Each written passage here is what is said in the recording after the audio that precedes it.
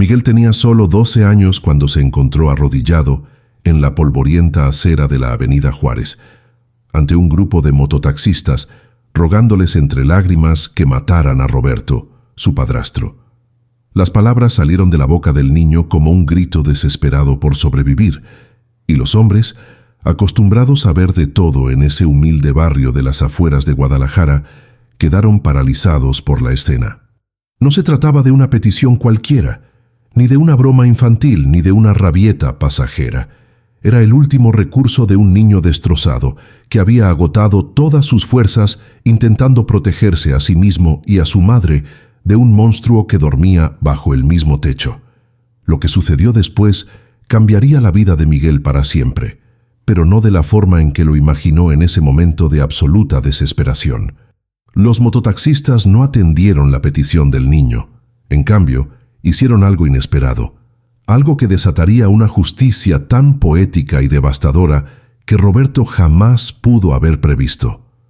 Me alegra mucho que estés aquí. Si estás viendo este video, dale a me gusta, suscríbete al canal y cuéntame en los comentarios de dónde escuchaste esta historia. Quiero saber a dónde te llevó. Para entender cómo Miguel llegó a este punto, era necesario remontarse 3 años atrás, a cuando Roberto entró en sus vidas como un príncipe azul salido de un cuento de hadas. Laura, la madre de Miguel, llevaba 2 años viuda. El padre del niño había fallecido en un accidente de construcción, dejándola sola con un hijo de 9 años y una pequeña propiedad heredada de la abuela de Miguel. Una modesta casa con un amplio terreno en las afueras del pueblo. Laura trabajaba como costurera en una fábrica de ropa, saliendo antes del amanecer y regresando al anochecer, agotada pero decidida a darle a su hijo una vida digna. Miguel, a su vez, se había convertido en el hombrecito de la casa, ayudando a su madre lo mejor que podía, cuidando el jardín del patio trasero, manteniendo la casa limpia y estudiando con ahínco para honrar la memoria de su padre. La vida era difícil, pero había amor, había paz, había una rutina que, aunque agotadora, aportaba cierta previsibilidad y seguridad. Roberto apareció en un momento de vulnerabilidad. Era cliente de la fábrica donde trabajaba Laura, un hombre de aspecto confiable, siempre bien vestido, con palabras amables y una sonrisa que parecía genuina. Empezó a llevarle pequeños regalos, elogiando su trabajo y ofreciéndose a ayudarla con pequeñas reparaciones en la casa. Para Miguel, le trajo dulces, balones de fútbol y cómics. El niño, que extrañaba a su padre, recibió inicialmente a Roberto con una mezcla de esperanza y la cautela natural de un niño que ha perdido demasiado. Los meses de noviazgo fueron una luna de miel cuidadosamente orquestada. Roberto se mostró atento, presente, y parecía genuinamente interesado en formar una familia. Llevó a Laura a cenar, llevó a Miguel a jugar al fútbol en el parque, y hablaron de planes de futuro con una convicción que parecía sólida como el hormigón. Laura, cansada de cargar sola con el peso del mundo, se permitió creer que había encontrado una pareja, alguien que compartiría las responsabilidades y les daría estabilidad. Miguel vio la felicidad en los ojos de su madre y por ella decidió darle una oportunidad. Cuando Roberto le propuso matrimonio después de 8 meses de noviazgo, Laura aceptó con lágrimas de alegría. La ceremonia fue sencilla, celebrada en el registro civil con solo unos pocos amigos cercanos como testigos. Miguel, con una camisa blanca nueva que Roberto le había comprado, tomó la mano de su madre durante toda la ceremonia y se permitió imaginar que tal vez, solo tal vez, las cosas podrían volver a ser buenas. Roberto se mudó a su casa poco después de la boda, y las primeras semanas transcurrieron relativamente sin incidentes. Él aún mantenía la fachada del hombre amable, aunque Miguel empezó a notar pequeñas cosas. El tono ligeramente más áspero de su voz cuando estaba a solas con él, los comentarios sutiles sobre cómo se podría administrar mejor la casa, las sugerencias de que Laura debería dejarle manejar las finanzas familiares, ya que él entendía mejor estas cosas. La máscara comenzó a caerse gradualmente, tan sutilmente que al principio Laura no se dio cuenta de lo que estaba sucediendo. Roberto comenzó a controlar cada centavo que entraba a la casa, insistiendo en que Laura depositara todo su salario en una cuenta conjunta que él administraba. Empezó a cuestionar sus gastos, a criticar sus decisiones y a hacer comentarios despectivos sobre su inteligencia y capacidad para tomar decisiones. Con Miguel, el cambio fue más rápido. Los regalos cesaron. Las salidas al parque se convirtieron en recuerdos lejanos. En su lugar llegaron órdenes bruscas, críticas constantes y una impaciencia explosiva ante cada error del niño. Miguel, que siempre había sido un estudiante modelo, comenzó a sentir una presión sofocante en su propia casa.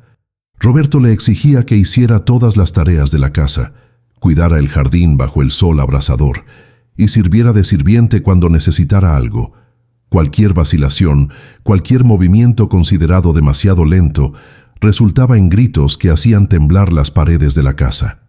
Laura intentó intervenir, pero Roberto se había convertido en un experto en manipulación psicológica, haciéndola sentir culpable por cuestionar sus acciones, diciéndole que era una ingrata, que había dejado su vida cómoda para cuidar de ella y de su atribulado hijo. El abuso físico comenzó 6 meses después de la boda, una noche que Miguel jamás olvidaría. Roberto había llegado a casa visiblemente enojado, quejándose de problemas en el trabajo que nunca explicaba con claridad. Miguel estaba en la cocina preparando la cena, algo que ahora era su responsabilidad diaria, cuando accidentalmente dejó caer un vaso que se hizo añicos en el suelo de baldosas. El sonido del vaso al romperse resonó por la casa como un disparo, y antes de que el niño pudiera reaccionar, sintió una mano fuerte que lo agarraba por la nuca y lo empujaba contra la pared. Roberto gruñó cerca de su cara, el aliento alcohólico llenando las fosas nasales de Miguel, diciéndole que era un inútil, un desperdicio, y que debía tener más cuidado con los enseres domésticos que ahora le pertenecían. Laura corrió a defender a su hijo, pero Roberto la empujó con tanta fuerza que cayó sobre la mesa de la sala, tirando un montón de ropa que había planchado esa tarde. Esa noche, algo murió dentro de Miguel. No fue su valentía, sino más bien la inocencia de creer que los adultos siempre protegían a los niños, que los hogares eran lugares seguros, que el mundo tenía cierta justicia intrínseca. Los meses siguientes presenciaron una escalada progresiva de abusos.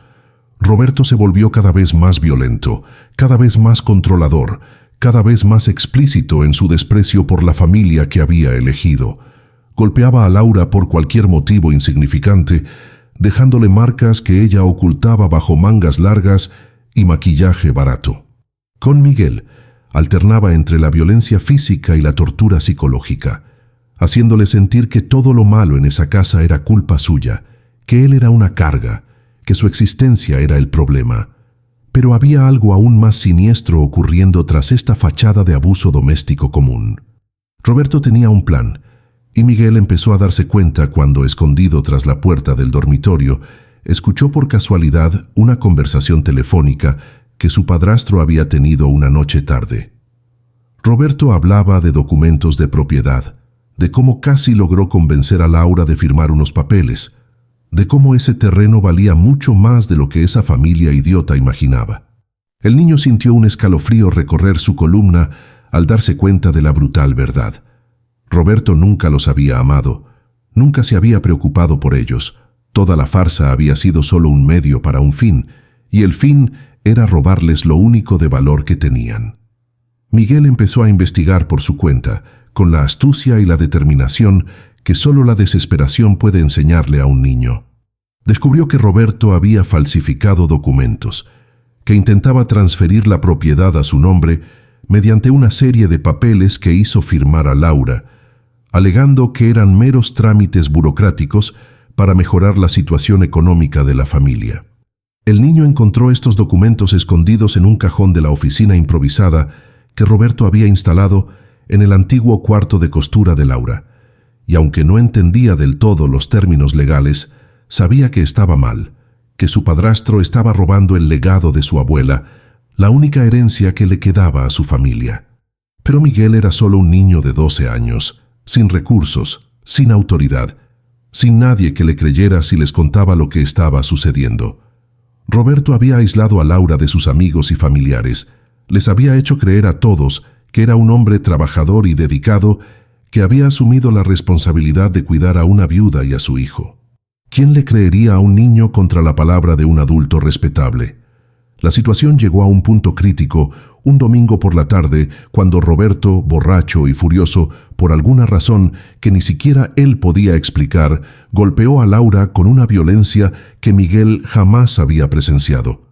El chico intentó intervenir interponiéndose entre ellos, y recibió un puñetazo en la cara que lo tiró al suelo y le dejó el ojo morado durante semanas.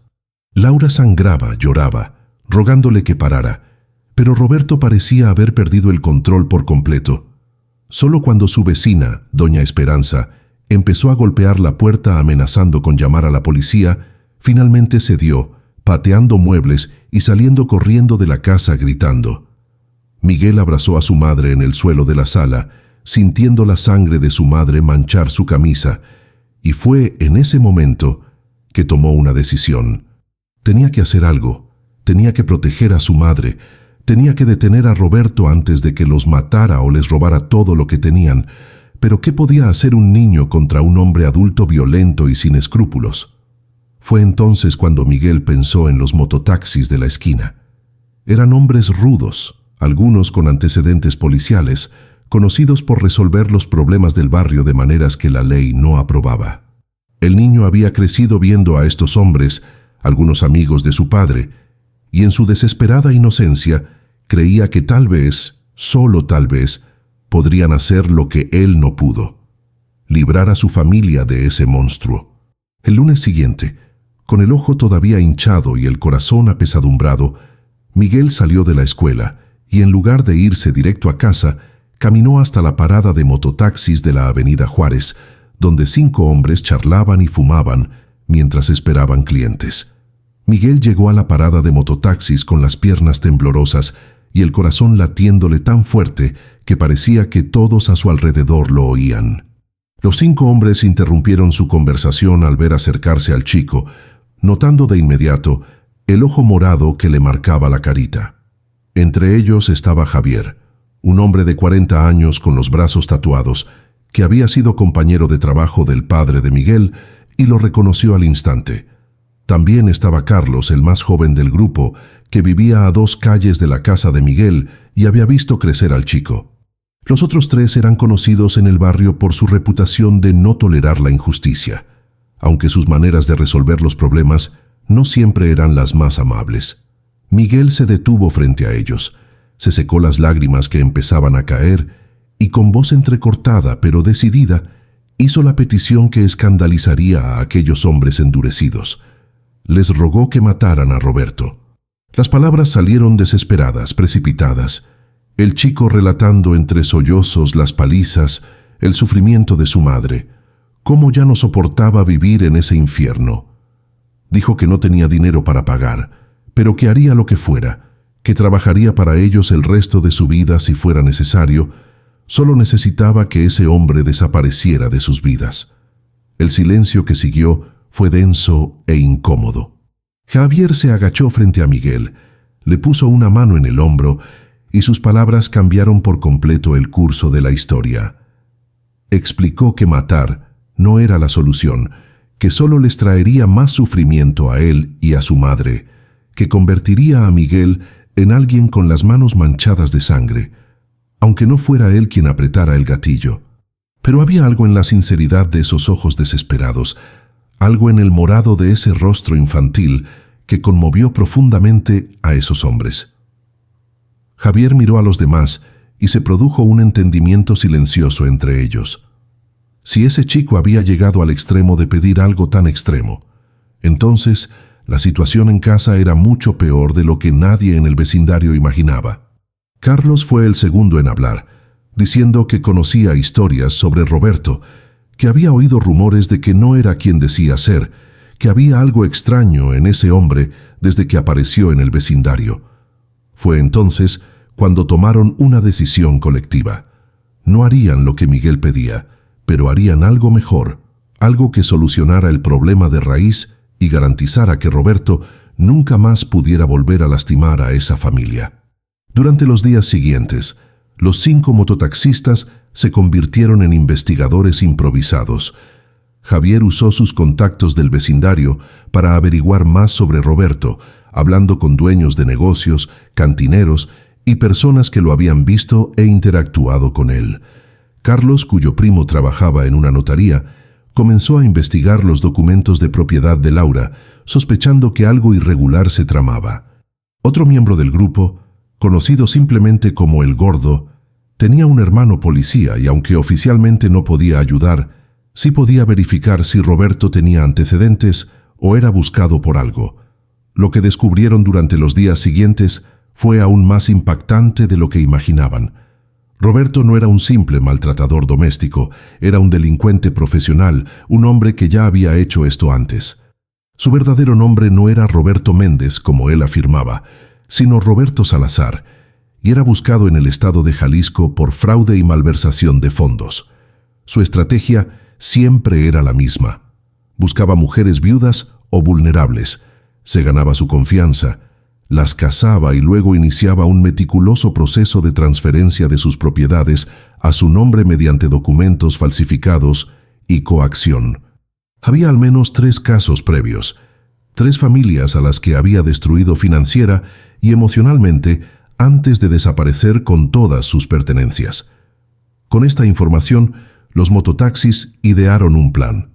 No podían simplemente acudir a la policía porque sabían que el sistema era lento, burocrático y a menudo ineficaz, sobre todo para proteger a los pobres y vulnerables.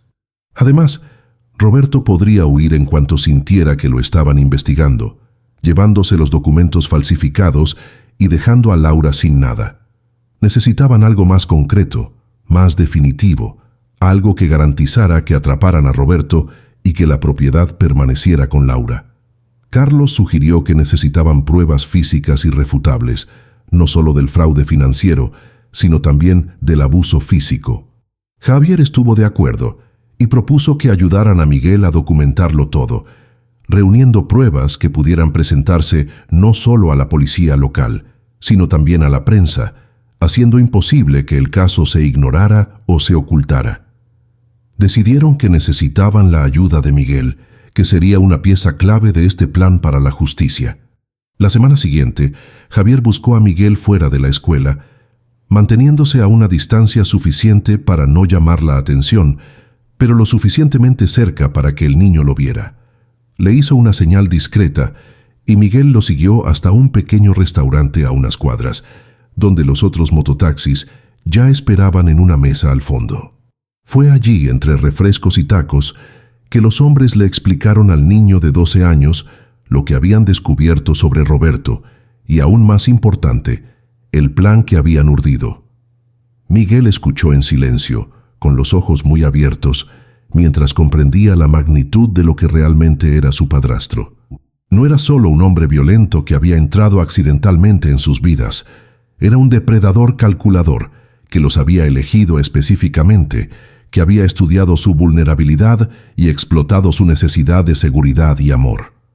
La revelación fue devastadora y liberadora a la vez, porque significaba que nada de esto era culpa suya ni de su madre, que habían sido víctimas de un delincuente profesional. Javier explicó que necesitaban pruebas sólidas antes de actuar. Primero, fotografiar los documentos falsificados que Roberto mantenía ocultos. Carlos había conseguido una pequeña cámara digital fácil de ocultar y le había enseñado a Miguel a usarla.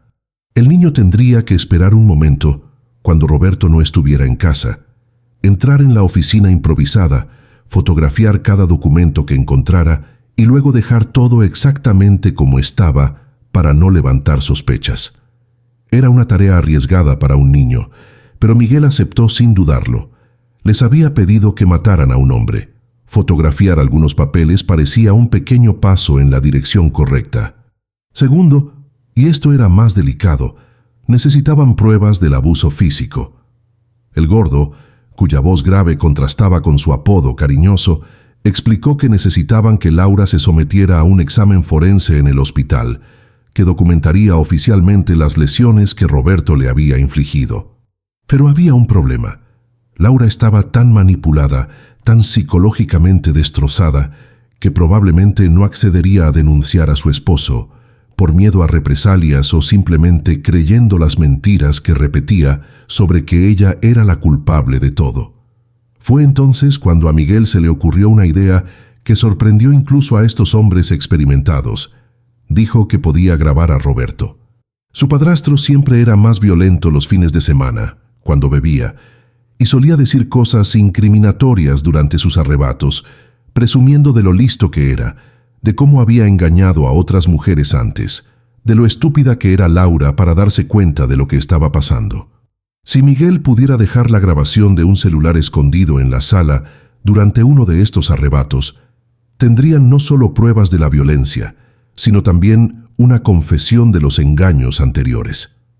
Carlos, impresionado por la serenidad e inteligencia del chico, le ofreció de inmediato un celular viejo que tenía guardado, explicándole cómo configurarlo para grabar audio durante horas. El plan iba tomando forma. Cada pieza encajaba como un rompecabezas macabro que, al completarse, revelaría la verdadera naturaleza de Roberto Salazar al mundo entero. Durante las 2 semanas siguientes, Miguel se convirtió en espía en su propia casa. La primera parte del plan se ejecutó un martes, cuando Roberto salió alegando estar haciendo recados y Laura estaba en el trabajo. Miguel faltó a sus clases de la tarde, con la excusa de sentirse mal, y regresó a casa con la cámara escondida en lo más profundo de su mochila. Le temblaban las manos al abrir el cajón del escritorio, pero la ira que sentía, la necesidad de proteger a su madre y reclamar lo que era suyo, venció su miedo. Fotografió todos los documentos que encontró: contratos de transferencia de propiedad falsificados, poderes notariales que Laura supuestamente había firmado, pero que claramente contenían firmas falsas, incluso notas que Roberto había tomado sobre el valor de mercado del terreno y los posibles compradores. También había una carpeta con identificaciones falsas, varios nombres que Roberto había usado a lo largo de los años, un verdadero archivo de sus identidades criminales. Miguel fotografió todo metódicamente, asegurándose de que cada imagen fuera clara y legible, y luego reorganizó todo exactamente como estaba, limpió cualquier huella digital que pudiera haber quedado y salió de la habitación con el corazón latiendo con fuerza, pero con la satisfacción de saber que había dado el primer paso real hacia la justicia. La segunda parte del plan fue más difícil emocionalmente. Miguel tuvo que esperar un momento que sabía que llegaría, otro arrebato violento de Roberto. No tardó mucho. El viernes siguiente, Roberto llegó a casa visiblemente borracho y enojado, quejándose de que Laura había gastado demasiado dinero en el supermercado. Miguel había escondido su celular detrás de una maceta en la estantería de la sala, de modo que pudiera captar el audio de toda la sala principal. Cuando Roberto empezó a gritarle a Laura, acusándola de incompetente y de malgastar su dinero, el chico presionó discretamente el botón de grabación y luego se retiró al pasillo, manteniéndose lo suficientemente cerca como para intervenir si era necesario, pero lo suficientemente lejos como para no convertirse en el blanco inmediato de la furia de su padrastro. Lo grabado esa noche fue tan perturbador que cuando Miguel le llevó el celular a Javier para que lo escuchara, el hombre tuvo que pausar la grabación varias veces para controlar su ira. Roberto no solo agredió verbal y físicamente a Laura, empujándola contra la pared y agarrándola del cuello amenazadoramente, sino que, en su estado de ebriedad y arrogancia, comenzó a presumir de sus conquistas criminales. Dijo que Laura era más fácil de manipular que los otros idiotas a los que había engañado, que el terreno prácticamente ya estaba a nombre de ella, que en pocas semanas podría venderlo e irse con una fortuna, mientras ella y su inútil hijo quedarían en la calle sin entender lo que había pasado.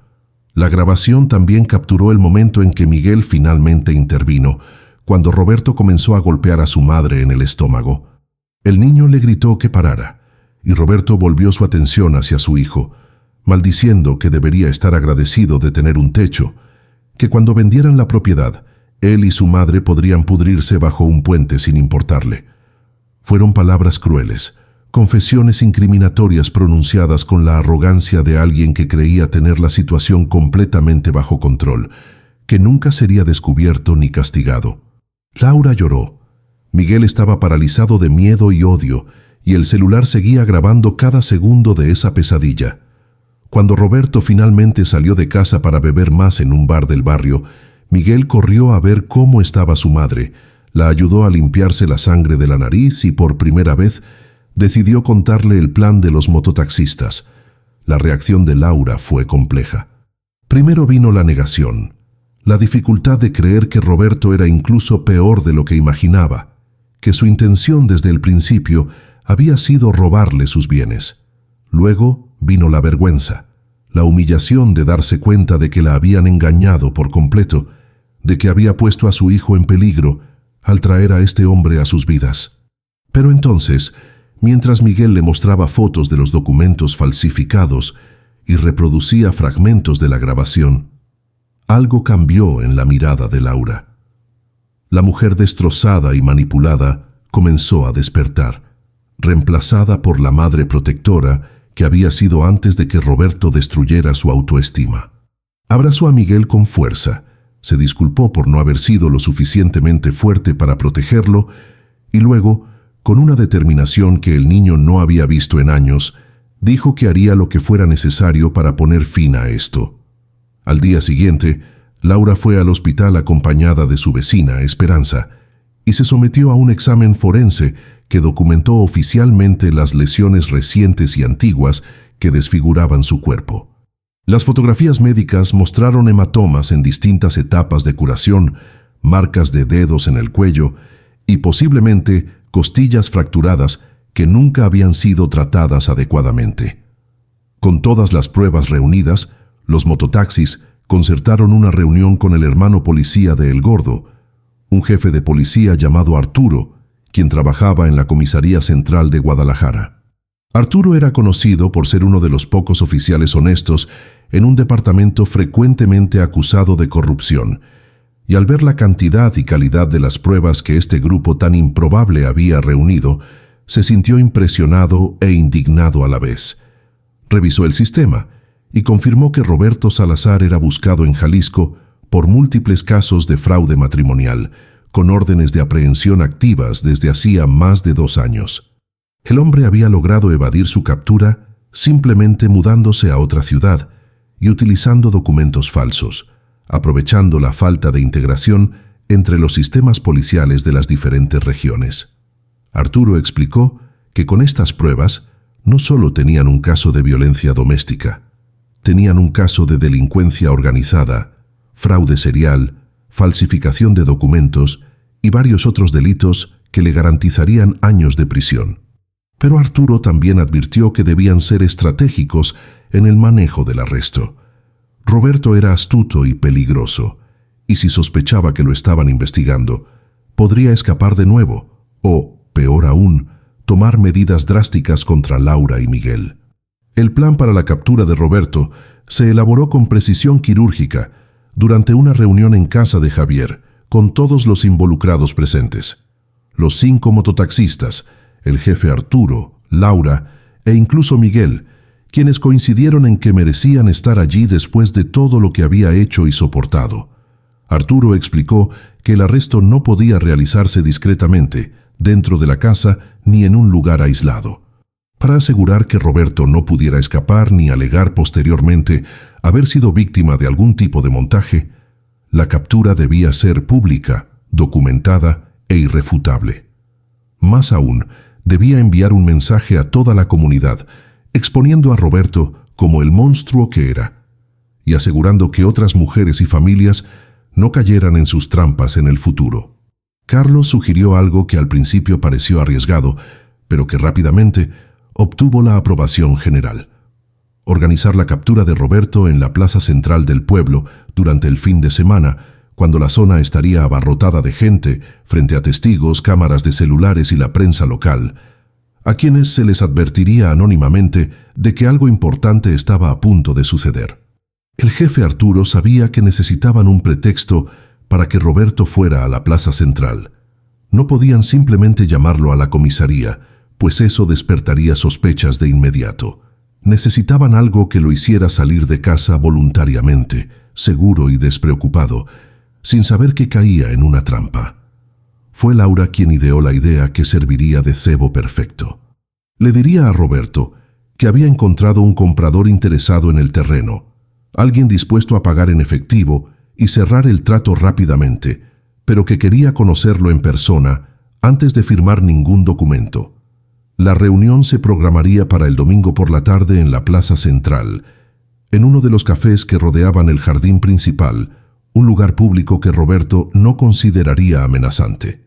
Para hacer la historia más convincente, Laura diría que el supuesto comprador era un empresario de fuera que estaba de paso y que esa era su única oportunidad de cerrar el trato. Roberto, codicioso y seguro de tener la situación bajo control, sin duda mordería el anzuelo. Los días previos al domingo transcurrieron en una preparación meticulosa. Arturo se coordinó con su equipo de policías de confianza, asegurándose de que agentes vestidos de civil estuvieran estratégicamente ubicados alrededor de la plaza, listos para actuar en el momento oportuno. También contactó discretamente a un periodista de investigación de una cadena de televisión local, conocido por exponer delitos y corrupción, y proporcionó suficiente información para asegurar la presencia de un equipo de noticias en el lugar, camuflado entre los clientes habituales de la plaza. Javier y los demás mototaxistas tenían su propia función. Estarían dispersos por la plaza, no para participar directamente en el arresto, sino para asegurarse de que Roberto no intentara escapar si notaba algo extraño antes de que la policía pudiera localizarlo.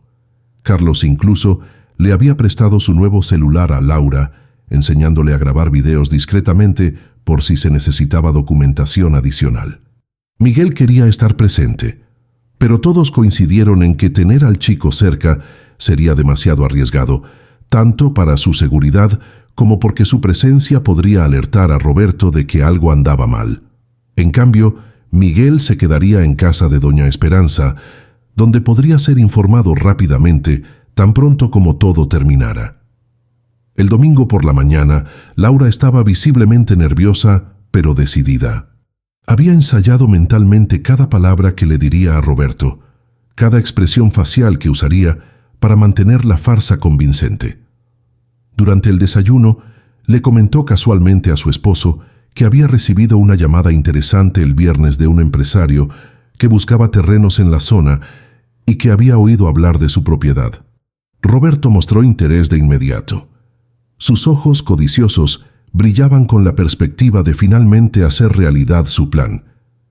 Hizo algunas preguntas sobre el supuesto comprador, a las que Laura respondió con detalles convincentes que ella y Arturo habían preparado de antemano. Dijo que el hombre ofrecía un precio superior al del mercado porque necesitaba cerrar el trato rápidamente, que estaba dispuesto a pagar el 50% en efectivo al firmar el contrato y que la reunión sería esa tarde a las 3 en el Café Colonial, un establecimiento tradicional en la esquina de la plaza central. Roberto no solo se creyó la historia, sino que estaba visiblemente emocionado, ya calculando mentalmente cuánto dinero tendría disponible y a dónde huiría una vez cerrado el trato. A las 2:30 de la tarde de ese domingo, la plaza central de Guadalajara bullía como siempre. Familias paseaban con niños, vendedores ambulantes ofrecían helados y algodón de azúcar, músicos callejeros tocaban la guitarra en las esquinas y parejas sentadas en bancas bajo los frondosos árboles que ofrecían una generosa sombra del sol mexicano. Nadie entre esos cientos de personas podría haber imaginado que estaban a punto de presenciar el desenlace de una historia de traición, manipulación y justicia que se había desarrollado durante años. Los policías vestidos de civil ya estaban en posición. 2 fingieron ser una pareja disfrutando de un café. 3 estaban disfrazados de vendedores ambulantes y el propio Arturo estaba sentado en una banca leyendo el periódico, desde donde tenía una vista completa de la entrada del Café Colonial. El equipo de noticias también estaba en el lugar, con discretas cámaras listas, esperando la señal para comenzar oficialmente la filmación. Javier y los mototaxistas ocupaban diferentes puntos estratégicos alrededor de la plaza, cada uno fingiendo estar allí por casualidad, pero todos conectados por radios baratos que Carlos había conseguido comprar en una tienda de electrónica. Roberto llegó puntualmente a las 3, vestido con sus mejores galas, con el pelo engominado y rebosante de colonia que se olía a metros de distancia. Laura caminaba a su lado, cabizbaja y con las manos ligeramente temblorosas, pero manteniendo la compostura ensayada. Entraron en el café y Roberto de inmediato empezó a buscar al supuesto empresario, recorriendo con la mirada las mesas ocupadas en busca de alguien que encajara con el perfil que Laura le había descrito. Fue entonces cuando el camarero, un joven que en realidad era un policía novato en su primera misión de incógnito, se acercó y dijo que el hombre que los esperaba había pedido reunirse en la misma plaza, en uno de los bancos cerca del kiosco central, ya que prefería hablar al aire libre. Roberto refunfuñó algo sobre empresarios excéntricos, pero accedió, y él y Laura salieron del café hacia el centro de la plaza. A cada paso que daba, Roberto se acercaba más a su propia perdición, completamente ajeno a la trampa que se cerraba a su alrededor. Al llegar al kiosco de música, Roberto finalmente empezó a darse cuenta de que algo andaba mal. No había nadie esperando, ningún hombre de negocios bien vestido con un maletín lleno de documentos.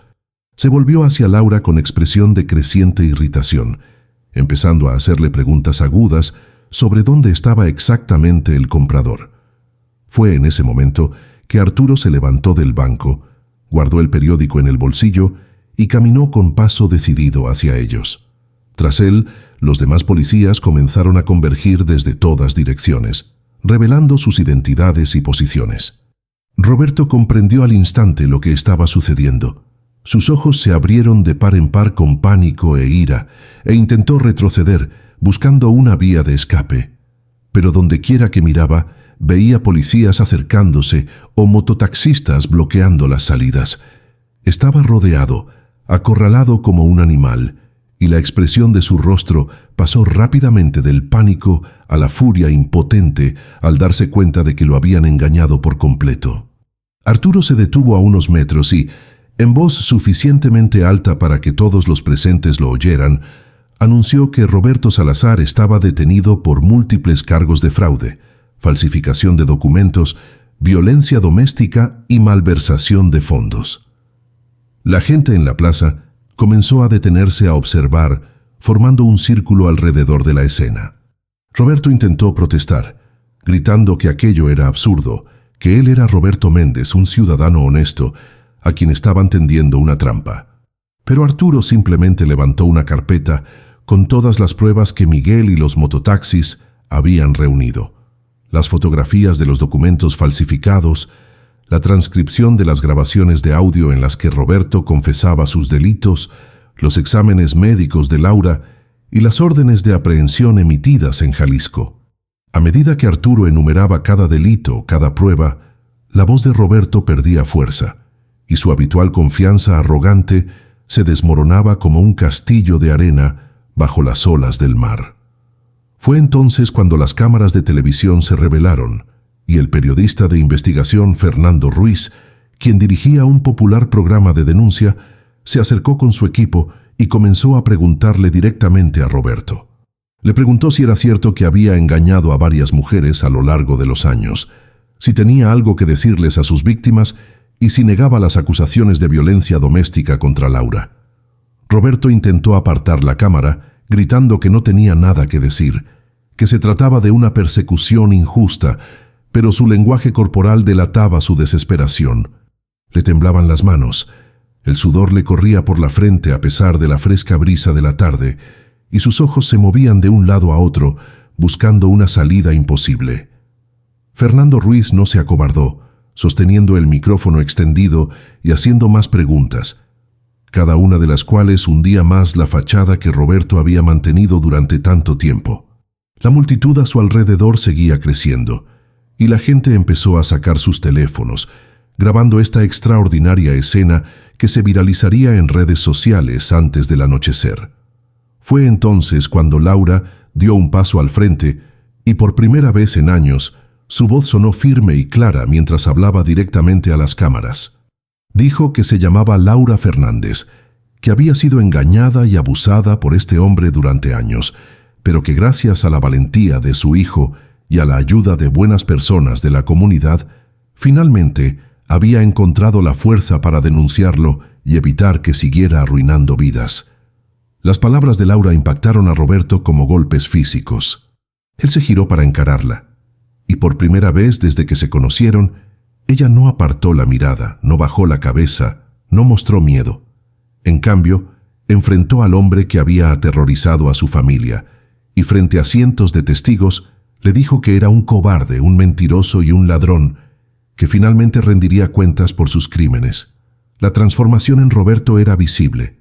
El hombre arrogante y controlador, que había mantenido a Laura bajo su yugo mediante la intimidación y la violencia, se dio cuenta de que ya no tenía poder sobre ella, que su víctima se había convertido en su torturador, que todo lo que había construido con mentiras se desmoronaba públicamente de forma irreversible.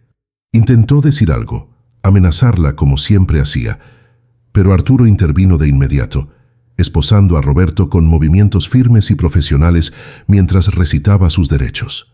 El clic de las esposas resonó por la plaza como un veredicto final. La multitud comenzó a aplaudir. No fue un simple aplauso cortés, sino una ovación genuina de personas que reconocieron la justicia al verla, que celebraron la valentía de una mujer al enfrentarse a su abusador, que se solidarizaron con una historia que, lamentablemente, era demasiado familiar para muchas familias mexicanas. Algunas mujeres entre la multitud tenían lágrimas en los ojos, tal vez recordando sus propias experiencias con hombres violentos, tal vez con la esperanza de que la justicia aún fuera posible.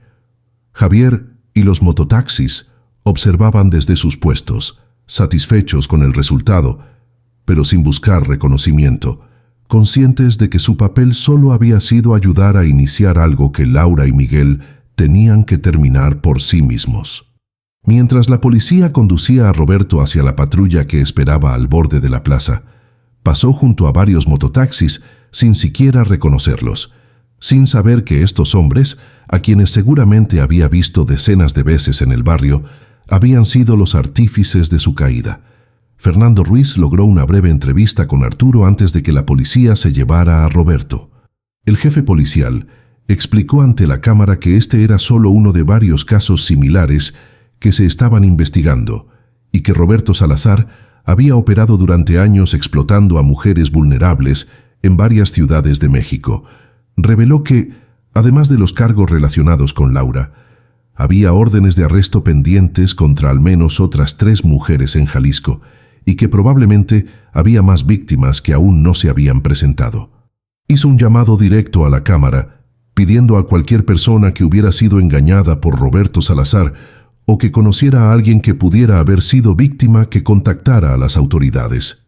El reportaje también mostró brevemente algunas de las pruebas, en particular las fotografías de los documentos falsificados y la explicación de cómo Roberto intentaba sistemáticamente robarles las propiedades a sus víctimas mediante fraude y coacción. La historia finalmente se emitiría en el noticiero vespertino de ese mismo domingo, llegando a millones de televidentes en todo el país. Mientras el coche patrulla finalmente se marchaba, con Roberto esposado en el asiento trasero, Laura permaneció en la plaza unos minutos, rodeada de gente que quería expresarle su apoyo y solidaridad. Doña Esperanza había llegado con Miguel, quien ya no podía estar lejos, pues necesitaba ver con sus propios ojos el final de la historia que había ayudado a escribir. Cuando Miguel vio a su madre en el centro de la plaza, libre y de pie, rodeada de gente que la apoyaba en lugar de juzgarla, corrió hacia ella y la abrazó con una fuerza que parecía compensar todos los abrazos que el miedo le había impedido en los últimos años. Laura se arrodilló en la acera de piedra portuguesa, sosteniendo el rostro de su hijo entre las manos, y en ese momento no había cámaras ni multitudes, solo una madre y un hijo que habían sobrevivido juntos al infierno y habían salido al otro lado. Pidió perdón repetidamente por no haber sido lo suficientemente fuerte para protegerlo antes, por permitir que ese hombre entrara en sus vidas, por todas las veces que Miguel había tenido que ser más valiente de lo que cualquier niño debería ser. Pero Miguel simplemente negó con la cabeza, diciendo que no había nada que perdonar, que lo habían superado juntos, que ahora todo estaría bien. Javier se acercó discretamente, puso una mano en el hombro del niño y dijo solo 3 palabras que cargaban con todo el respeto y la admiración que ese hombre rudo sentía. «Eres valiente, mijo». En los días posteriores al arresto de Roberto, las vidas de Miguel y Laura comenzaron a reconstruirse lentamente.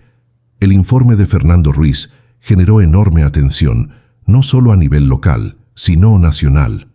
La historia de la mujer y el niño, que valientemente denunciaron a un delincuente reincidente con la ayuda de mototaxistas del barrio, cautivó al público, convirtiéndose en un símbolo de resistencia contra la violencia doméstica y el fraude.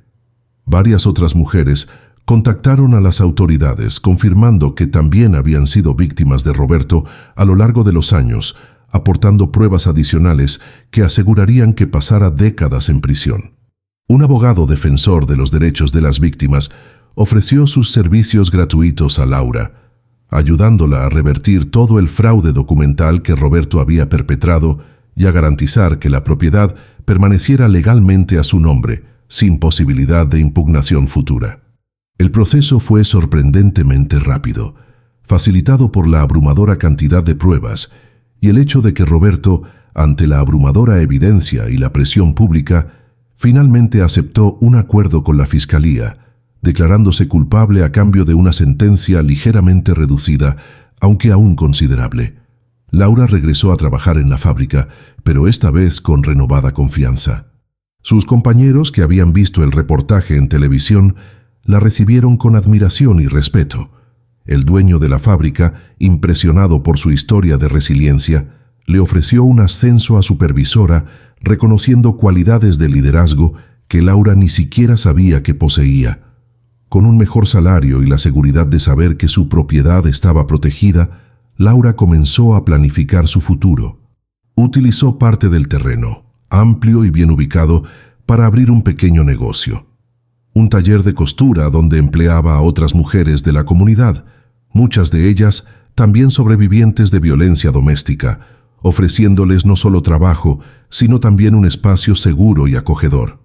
El negocio comenzó pequeño, con solo 3 máquinas de coser y algunos pedidos locales, pero creció orgánicamente a medida que se difundía la calidad del trabajo y la historia detrás de la empresa.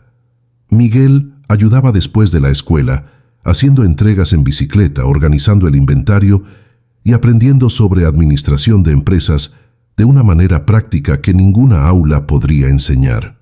Los mototaxistas, especialmente Javier, se convirtieron en una parte permanente de la vida de Miguel y Laura, no como sustitutos forzados del padre, sino como auténticos apoyos, tíos honorarios que estaban pendientes de todo, ofrecían ayuda cuando la necesitaban y se convertían en parte del apoyo que toda familia necesita. Javier, en particular, desarrolló un vínculo especial con Miguel, llevándolo ocasionalmente a partidos de fútbol, conversando sobre la vida y ofreciéndole la perspectiva de un hombre que, a pesar de sus defectos y su complicado pasado, comprendía profundamente el valor de la lealtad, la comunidad y hacer lo correcto incluso en las dificultades.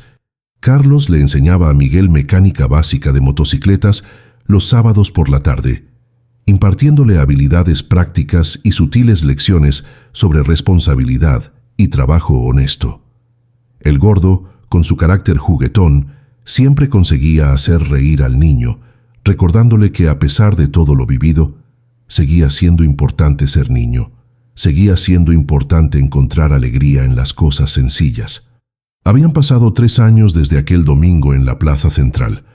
Miguel tenía 15 años, estaba a punto de graduarse de la preparatoria con excelentes calificaciones y planeaba estudiar administración de empresas en la universidad.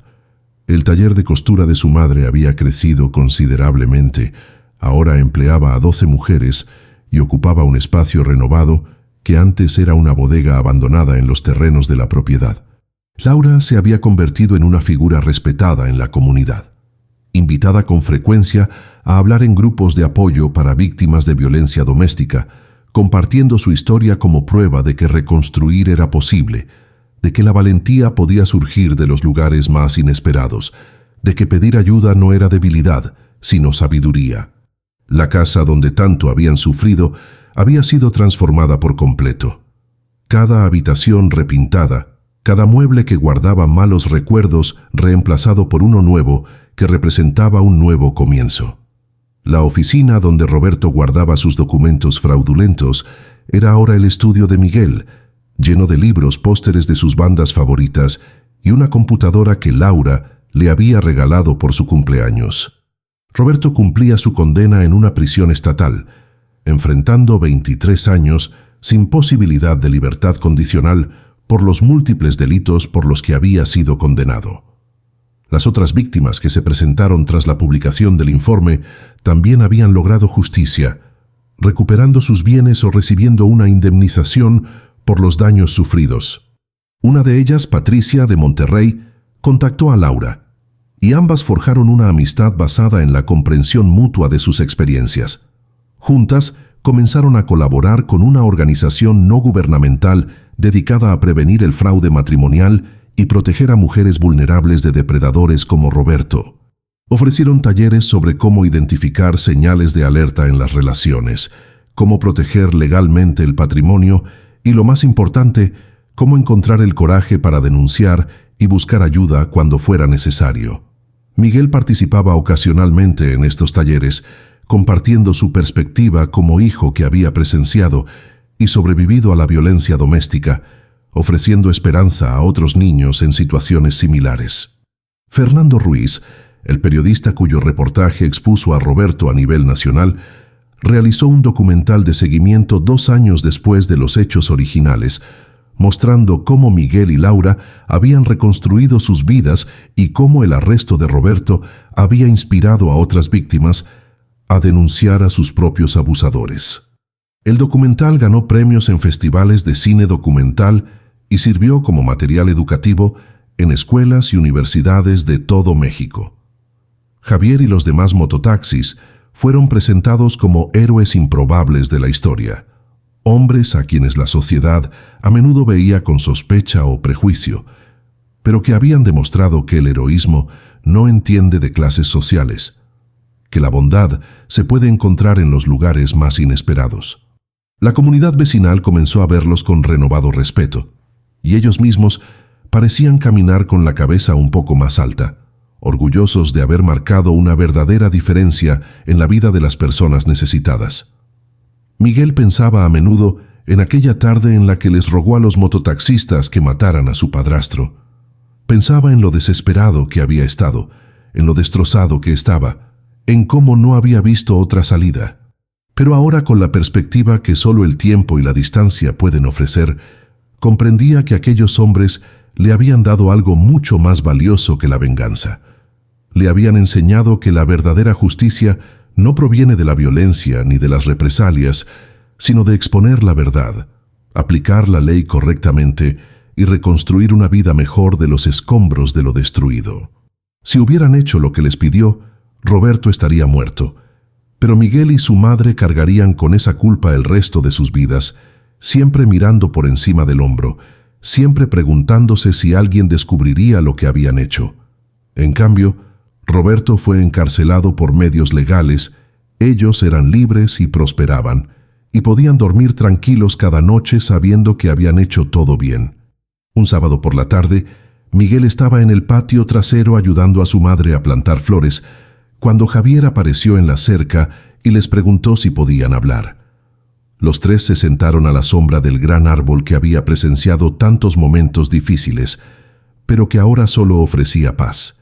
Javier dijo que estaba considerando jubilarse de su trabajo como mototaxista, que sus rodillas ya no soportaban tantas horas en la motocicleta, y preguntó si Laura necesitaba ayuda con las entregas y la logística del taller de costura. Laura sonrió y dijo que siempre había espacio para buenas personas en su negocio. Miguel observó la interacción, dándose cuenta de cómo su familia se había expandido de maneras que nunca hubiera imaginado, cómo el trauma compartido se había transformado en verdaderos lazos de apoyo y afecto. Esa noche, mientras Miguel yacía en la cama, en la habitación que una vez fue la guarida de su torturador y ahora era su santuario personal, reflexionó sobre todo lo que habían pasado y logrado. Pensó en cómo una vez fue solo un niño asustado que no veía salida, pero que encontró un coraje que ni siquiera sabía que poseía. Pensó en su madre, que había sido destrozada pero no derrotada, que se había alzado más fuerte y sabia. Pensó en los mototaxistas que, en lugar de cometer un crimen por compasión, habían orquestado la verdadera justicia. Y pensó en Roberto, probablemente yaciendo en una fría celda, con todo el tiempo del mundo para reflexionar sobre cómo su propia avaricia y crueldad habían sido los artífices de su caída. La lección que Miguel llevaría consigo el resto de su vida no fue sobre venganza ni odio, sino sobre resiliencia, sobre la importancia de una comunidad que se apoya mutuamente, sobre cómo la verdadera fuerza no proviene de dominar a los demás, sino de tener el coraje de ser lo suficientemente vulnerable como para pedir ayuda. Cerró los ojos con una sonrisa pacífica, sabiendo que la pesadilla había terminado y que el futuro, por primera vez en años, parecía brillante y lleno de infinitas posibilidades.